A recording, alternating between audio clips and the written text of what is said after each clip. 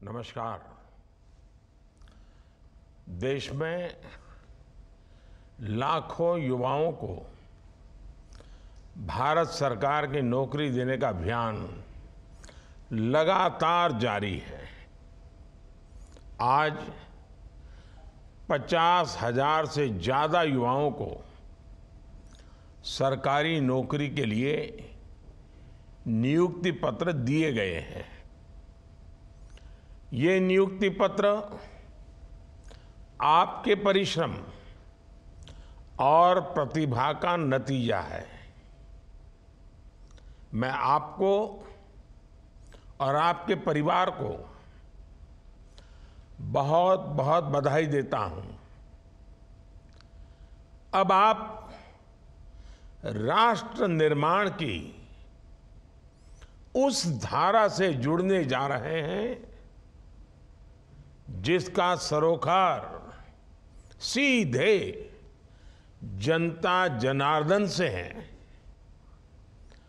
भारत सरकार के कर्मचारी के तौर पर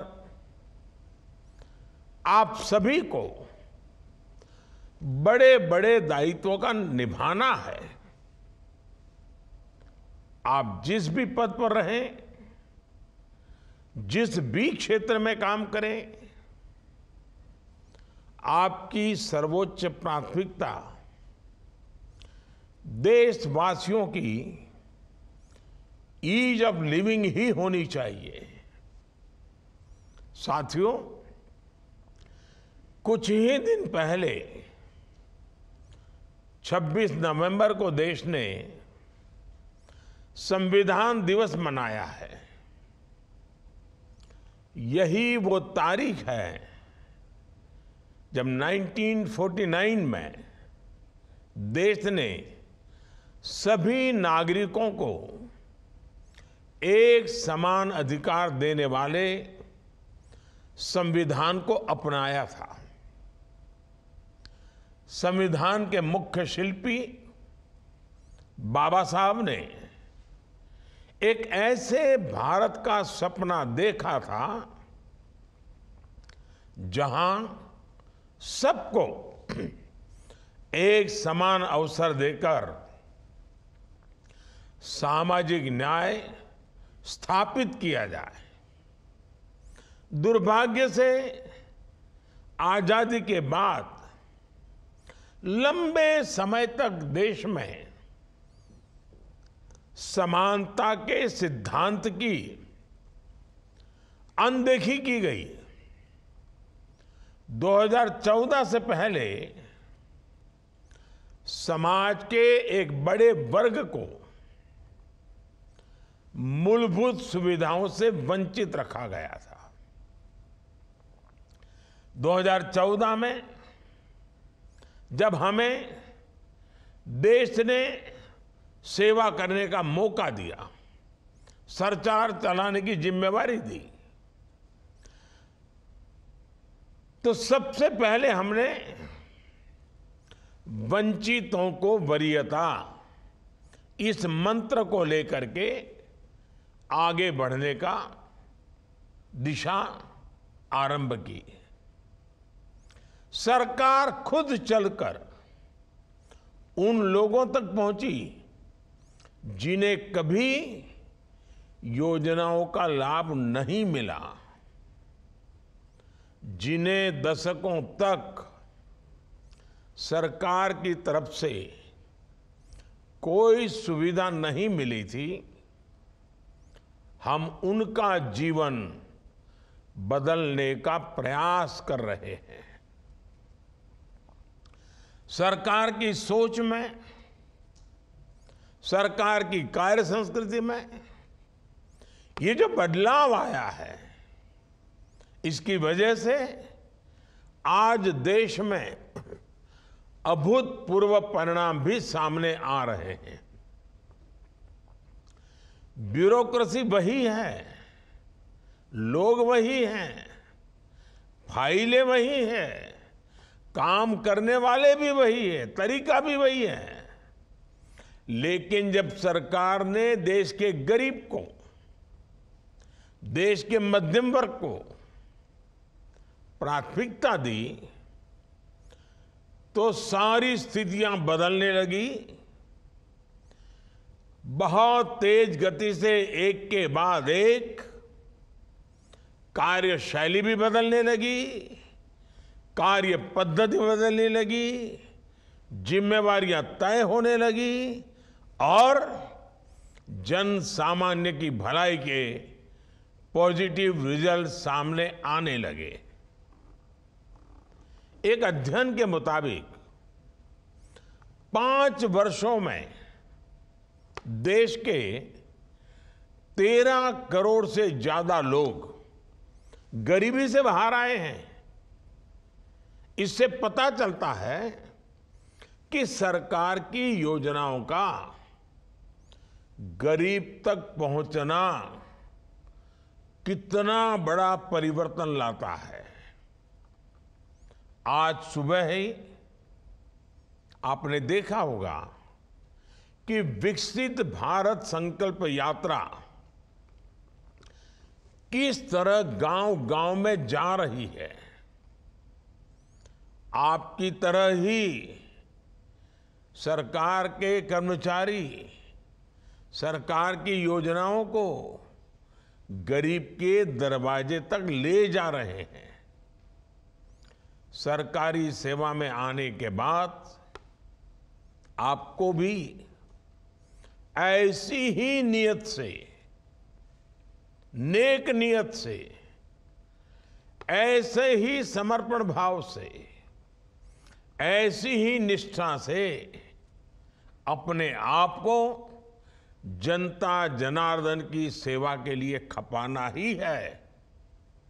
साथियों, आज के बदलते हुए भारत में आप सभी एक इंफ्रास्ट्रक्चर क्रांति के भी साक्षी बन रहे हैं।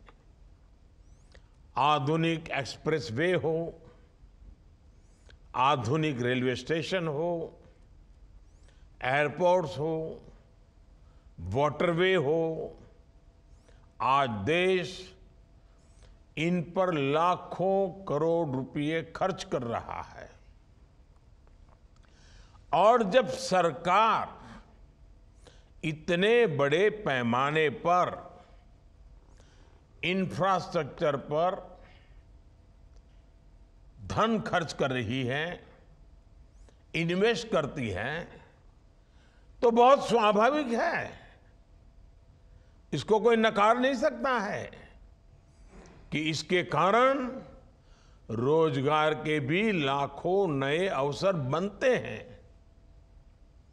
2014 के बाद से एक और बहुत बड़ा बदलाव ये भी आया है कि बरसों से अटकी भटकी लटकी परियोजनाओं को खोज खोज करके मिशन मोड पर पूरा कराया जा रहा है। आधी अधूरी परियोजनाएं ईमानदार जो देश के हमारे टैक्स पेयर्स हैं, उनके पैसे तो बर्बाद करती ही करती हैं, लागत भी बढ़ जाती है और जो उसका लाभ मिलना चाहिए वो भी नहीं मिलता है। ये हमारे टैक्स पेयर्स के साथ भी बहुत बड़ी नाइंसाफी है। बीते वर्षों में केंद्र सरकार ने लाखों करोड़ के प्रोजेक्ट्स की समीक्षा करके उन्हें तेजी से पूरा करवाने के लिए लगातार मॉनिटरिंग की है, सफलता पाई है। इससे भी देश के कोने कोने में रोजगार के अनेक नए अवसर बने हैं। जैसे बीदर कुलबर्गी रेलवे लाइन ऐसी एक परियोजना थी जिसे 22-23 साल पहले शुरू किया गया था, लेकिन ये प्रोजेक्ट भी अटका हुआ था, भटका हुआ था। हमने 2014 में इसे पूरा करने का संकल्प लिया और केवल 3 साल में इस परियोजना को पूरा करके दिखाया। सिक्किम के पाक्योंग एयरपोर्ट की परिकल्पना भी 2008 में की गई थी, लेकिन 2014 तक ये सिर्फ कागजों पर ही बनता रहा। 2014 के बाद इस प्रोजेक्ट से जुड़ी सारी बाधाओं को हटाकर इसे 2018 तक पूरा कर लिया गया। इसने भी रोजगार दिए।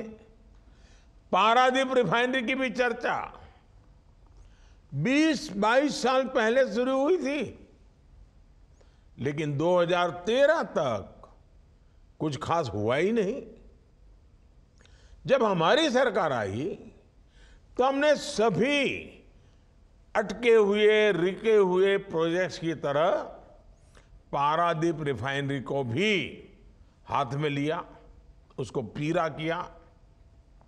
जब इस तरह के इंफ्रास्ट्रक्चर प्रोजेक्ट पूरा होते हैं तो इससे प्रत्यक्ष रोजगार के अवसर तो बनते ही हैं, साथ ही ये रोजगार के कई अप्रत्यक्ष अवसरों को भी तैयार करते हैं।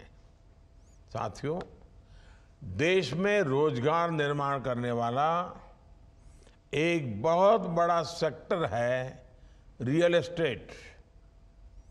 ये सेक्टर जिस दिशा में जा रहा था उसमें बिल्डरों के साथ ही मध्यम वर्ग की बर्बादी तय थी।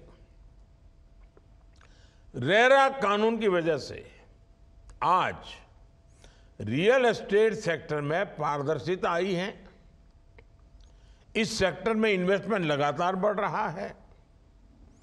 आज देश के 1 लाख से ज्यादा रियल एस्टेट प्रोजेक्ट्स रेरा कानून के तहत रजिस्टर्ड हैं। पहले प्रोजेक्ट रुक जाते थे, रोजगार के नए अवसर ठप पड़ जाते थे। देश का बढ़ता हुआ ये रियल एस्टेट बड़ी संख्या में रोजगार के अवसर बना रहा है। साथियों, भारत सरकार की नीति और निर्णयों ने आज देश की अर्थव्यवस्था को नई ऊंचाई पर पहुंचा दिया है। दुनिया की बड़ी बड़ी संस्थाएं भारत के विकास दर को लेकर बहुत सकारात्मक है। हाल ही में निवेश रेटिंग के एक ग्लोबल लीडर ने भारत के तेज विकास पर अपनी मोहर लगाई है। उनका अनुमान है कि रोजगार के बढ़ते अवसर, वर्किंग एज पॉपुलेशन, इसकी बड़ी संख्या और लेबर प्रोडक्टिविटी में बढ़ोतरी की वजह से भारत में विकास तेज गति से जारी रहेगा। भारत के मैन्युफैक्चरिंग और कंस्ट्रक्शन सेक्टर की मजबूती भी इसकी बड़ी वजह है। ये सारे तथ्य इस बात के प्रमाण है कि आने वाले समय में भी भारत में रोजगार और स्वरोजगार की असीम संभावनाएं इसी तरह बनती रहेगी। ये देश के युवाओं के लिए अपने आप में बहुत अहम है। एक सरकारी कर्मचारी होने के नाते आपकी भी इसमें बहुत बड़ी भूमिका है। आपको ये सुनिश्चित करना है कि भारत में हो रहे विकास का लाभ समाज के आखिरी व्यक्ति तक जरूर पहुंचे। कोई क्षेत्र कितना ही दूर क्यों ना हो, वो आपकी प्राथमिकता होनी चाहिए। कोई व्यक्ति कितने ही दुर्गम स्थान पर क्यों ना हो, आपको उस तक पहुंचना ही होगा। भारत सरकार के कर्मचारी के तौर पर जब आप इस अप्रोच से आगे बढ़ेंगे तभी विकसित भारत का सपना साकार होगा। साथियों, अगले 25 वर्ष आपके और देश के लिए बहुत अहम है। बहुत कम पीढ़ियों को इस तरह का अवसर मिला है। इस अवसर का पूरा उपयोग करें। मेरा ये भी आग्रह है कि आप सभी नए लर्निंग मॉड्यूल कर्मयोगी प्रारंभ इससे अवश्य जुड़े। एक भी ऐसा हमारा साथी नहीं होना चाहिए कि जो इसके साथ जुड़ करके अपनी कैपेसिटी न बढ़ाता हो। सीखने की जो प्रवृत्ति आपको यहां इस मुकाम तक लेकर आई है, कभी भी सीखने की उस प्रवृत्ति को बंद मत होने देना। लगातार सीखते जाइए, लगातार अपने आप को ऊपर उठाते जाइए। ये तो आपकी जिंदगी का प्रारंभ है। देश भी बढ़ रहा है, आपको भी बढ़ना है। यहां आए हैं, अटक नहीं जाना है। और इसके लिए एक बहुत बड़ी व्यवस्था की गई है। कर्मयोगी प्रारंभ को 1 वर्ष पहले शुरू किया गया था। तब से लाखों नए सरकारी कर्मचारी इसके द्वारा ट्रेनिंग ले चुके हैं। मेरे साथ प्रधानमंत्री कार्यालय में, पीएमओ में जो काम करते हैं, वे सब भी वो बड़े सीनियर लोग हैं।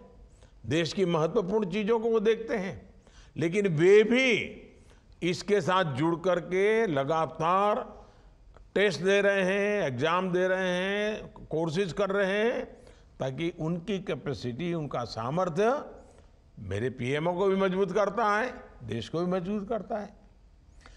हमारे online training platform I GOT Karmayogi पर भी 800 से ज्यादा कोर्सेस उपलब्ध हैं।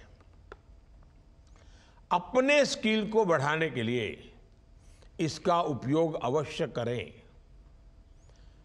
और जब आज आपके जीवन की एक नई शुरुआत हो रही है, आपके परिवार के सपने, उसको एक नई ऊंचाई मिल रही है, मेरी तरफ से आपके परिवारजनों को भी मैं बहुत बहुत शुभकामनाएं देता हूं। आप जब सरकार में आए हैं तो एक बात अगर हो सके तो आज ही डायरी पे लिख दीजिए कि एक सामान्य नागरिक के नाते आपको पिछले आपकी 20, 22, 25 साल की जो भी उम्र बीती होगी, सरकार में आपको कहां कहां दिक्कतें आई। कभी बस स्टेशन पे दिक्कत आई होगी, कभी चौराहे पर पुलिस के कारण तक दिक्कत आई होगी, कहीं पर सरकारी दफ्तर में दिक्कत आई होगी। आप जरा उसको याद कीजिए और तय कीजिए कि मैंने जिंदगी में सरकार से जो कुछ भी दिक्कतें प्राप्त की है, और वो भी किसी सरकारी मुलाजिम के कारण की है, मैं कम से कम जीवन में कभी भी किसी भी नागरिक को ऐसी मुसीबत झेलनी पड़े, ऐसा व्यवहार नहीं करूंगा। इतना भी अगर आप निर्णय कर लेते हैं कि मेरे साथ जो हुआ मैं किसी के साथ नहीं करूंगा, आप कल्पना कर सकते हैं जन सामान्य के जीवन में कितना बड़ा हम सहायक का काम कर सकते हैं। राष्ट्र निर्माण की दिशा में आपके उज्जवल भविष्य के लिए मेरी तरफ से बहुत बहुत शुभकामनाएं हैं। बहुत बहुत धन्यवाद।